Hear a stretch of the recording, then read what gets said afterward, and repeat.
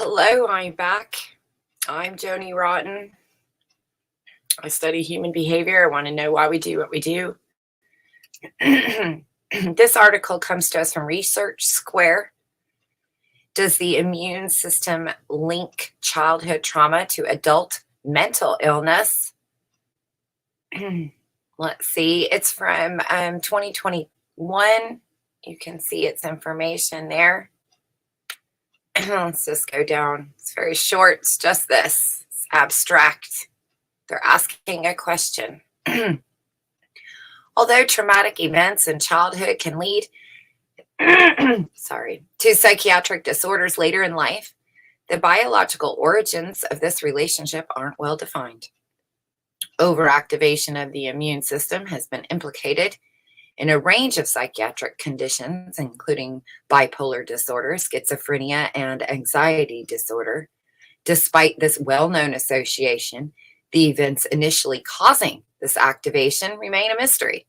But a team of researchers in the Netherlands have uncovered a potential missing link. They found that traumatic events in childhood can cause inflammation that lasts into adolescence. We've read many articles that are saying the same thing. It's everywhere. They're really telling you this association is important because prior work has tied inflammation to the development of mood and anxiety disorders. The researchers surveyed 1,000 teenagers affected by trauma, 12, 14, 16, and 19. In addition, immune system activation at age 16 was evaluated by measuring high sensitivity C-reactive protein, a telltale sign of inflammation in the body. And they found that by age 16, the number of traumatic events experienced by a person was linked to the presence of mood and anxiety disorders at age 19. So if by 16, by 19. Increasingly, this number was also associated with increased levels of HSCRP. The results suggested that people who experience trauma in childhood still show signs of immune activation as teenagers. The team then looked at whether specific types of trauma were associated with higher levels of inflammation, and they found that elevated HSCRP levels in teenagers were most strongly associated with the experience of separation trauma or sexual abuse in childhood, while weaker associations were found for verbal and physical abuse. These findings highlight the deep connection that exists between psychological and physical well-being. Further studies more clearly defining the pathway that leads from immune system activation to psychiatric disease could one day lead to early interventions designed to halt this through a medicine. They want to give you a medicine that allows you to continue to abuse our children.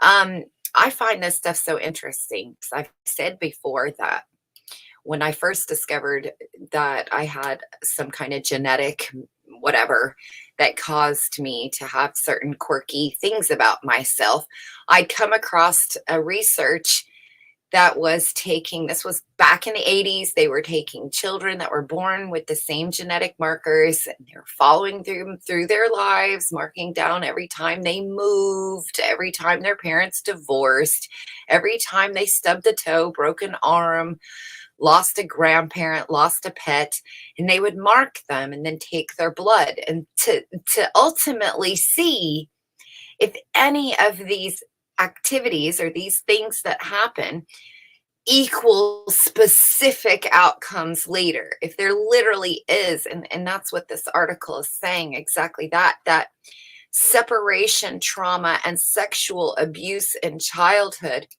have a higher levels of inflammation. So if you were sexually abused or had separation trauma, let's talk about some of these things in today. Sexual abuse is the over-sexualization of the world around the child. It's being exposed to things like this, and that's everywhere. So I don't see that one going away, but they're going to have a pill for all of these kids that grew up in the 2010s in the 2020s, they're going to have some medication for you because all of the kids on the planet currently are going to experience some inflammation later due to all the sexual abuse they're experiencing through identification of sex and the over sexualization of the world right now at large. So expect that. Get out your checkbooks, everybody. It's time to invest. And separation trauma. What is separation trauma?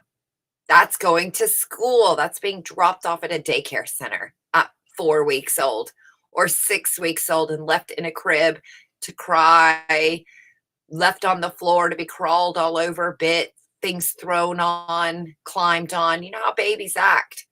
That's very traumatic.